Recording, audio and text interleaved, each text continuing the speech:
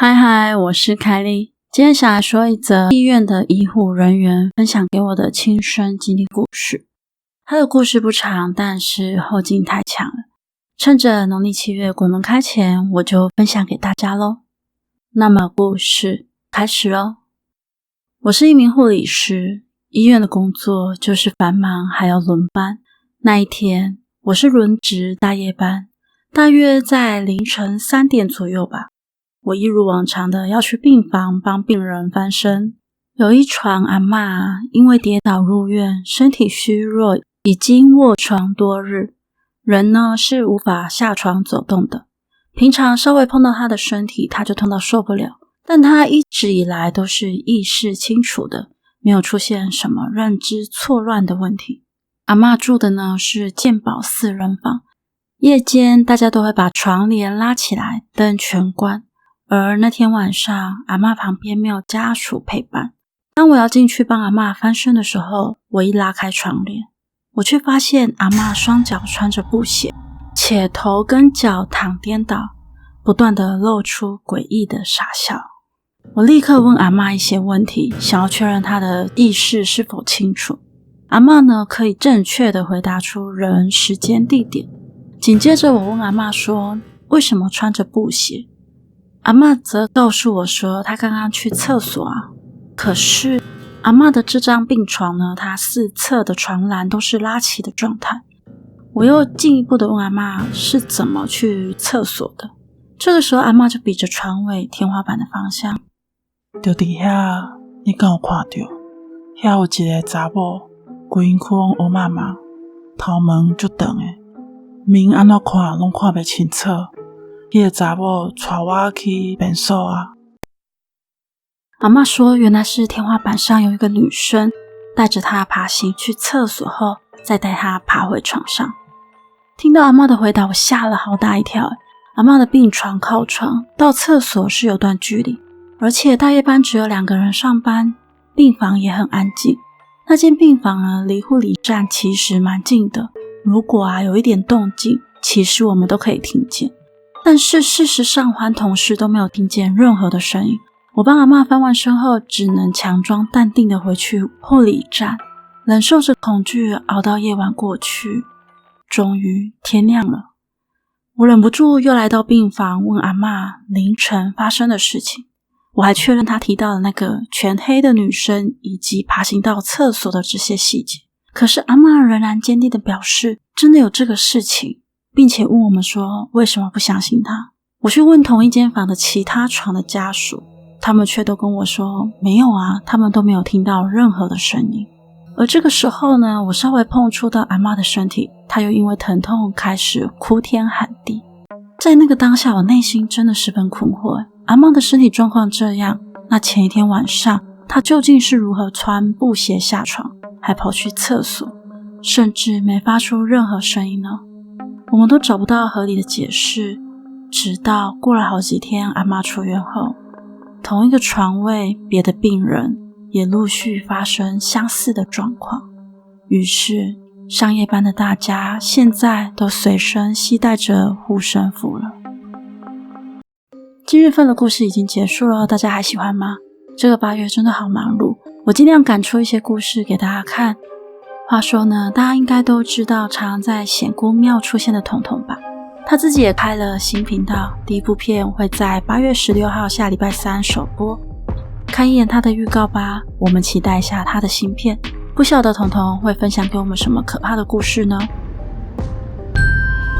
各位同仙姑的频道童言鬼语即将在鬼门开，也就是8月16号准备开始，到时候我们不见不散哦。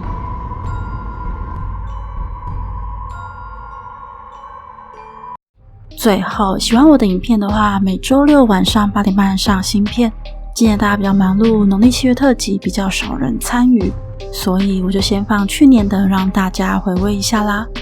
我们下次见咯，拜呢。那么今天我想说一个，如果你在鬼月时跑去看老房子，可能会发生的恐怖事情。故事开始咯。工作了这么多年，我开始动了想要买房子的念头。我已经找房子找了半年多了，每一周房仲都会丢房子物件给我看。这一次这间房子资料看起来还不错，所以我跟房仲约了周五晚上去看房。可我却没有注意到，这个周五已经是农历7月1号关门开的日子了。没过多久，时间来到了周五晚上，我来到跟房仲约好的地址，到了现场，我挥手跟他打个招呼，就快步走过去。这间位在4楼，屋龄42年。房仲边讲边往上走，我跟在房仲的后面往上，随口聊个几句。到了4楼，房仲拿出钥匙开门，而我在楼梯口等着，顺便观望一下楼梯的环境。而房仲开门的那一瞬间，他伸手做事请我先进去，但我却感觉到一股奇怪的凉风窜了出来。但当下我也只是以为可能是门带起来的风吧。这间房子一进去是前阳台，房仲跟在我后面进来。他一进来就急忙去客厅的电箱开电闸，灯一亮起来的那一瞬间，我似乎看到厨房的方向有人影闪过，但我觉得只是自己眼馋，只是光影变化而已。灯一亮起来之后，我就在房子里晃来晃去，我边听着房仲跟我介绍这间房子的环境，一边四处看着。这间房子只有一间厕所，我看完主卧走出来后，就打算进去厕所看一眼。结果一进去我吓了一跳，因为厕所灯坏了，只有插了一盏小灯。厕所里还有那种塑胶的绿色鱼缸，破破的瓷砖。整个浴室因为我的进入，微弱的红灯光映照着我的影子，在墙壁跟天花板微微晃动。那一瞬间，我的背后有一股凉意，我默默地往后退了一步，退出了浴室。我转头对房仲笑笑地说，这好像某种探险仪式的现场。房仲笑了出来就说，抱歉，这间灯坏了。接着我就慢慢地走到厨房，厨房格局就是常见的那种长条形的厨房。我慢慢观察，而当我走到后阳台的时候，后阳台的纱门却突然动了一下，我吓了一跳，但还是决定开门出去看看。当我看完阳台准备要进去厨房的时候，不知道是不是我的错觉，我似乎看到后阳台铁窗旁好像有什么东西缩了回去。我愣了一下，还是走了进去。我随便跟房仲聊了2句，就结束了这次的看房。最后离开到楼下的时候，我又往上看了一眼阳台，总觉得那个阳台好像散发着奇怪的氛围。我不敢再多看，赶快就回家了。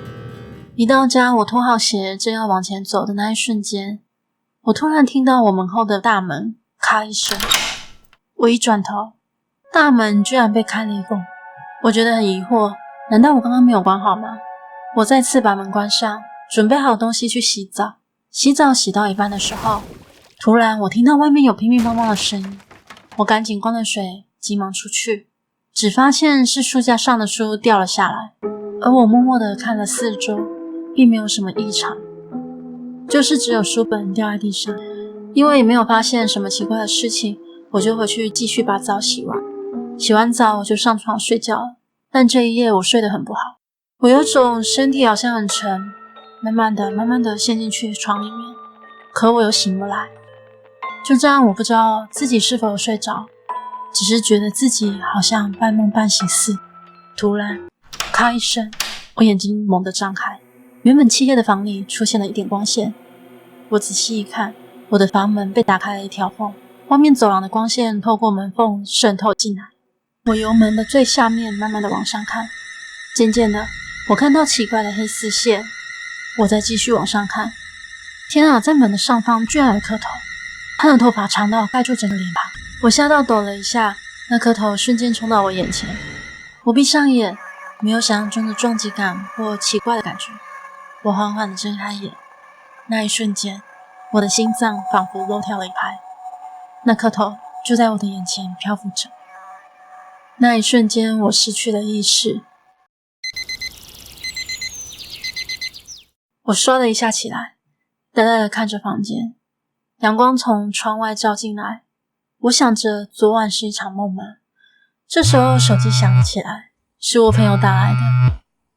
喂？电话中传出朋友的声音。朋友问我起床了没，他约我出门吃早餐。我赶紧答应，并且挂了电话就起床准备。而当我准备好的时候，出门关上大门的那一瞬间，我又听见家里传来乒乒乓乓的声音。我吓得关上门跑走。到了碰面地点，朋友看我脸色惨白，气喘吁吁，他就问我怎么啦，怎么一副撞鬼的样子。我一听朋友这么说，我的脸色又更难看，就把这2天发生的事情告诉了朋友。朋友就说：哎呦，没有人告诉你农历7月不要看房子吗？我傻了一下，疑惑地说：农历7月？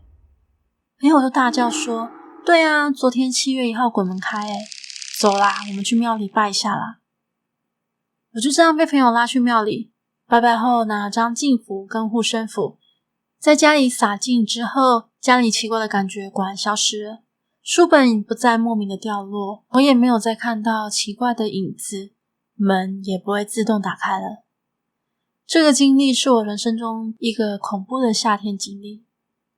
记住，鬼月的时候不要去看屋龄超过30年以上的房子，免得有人会跟着你回家哦。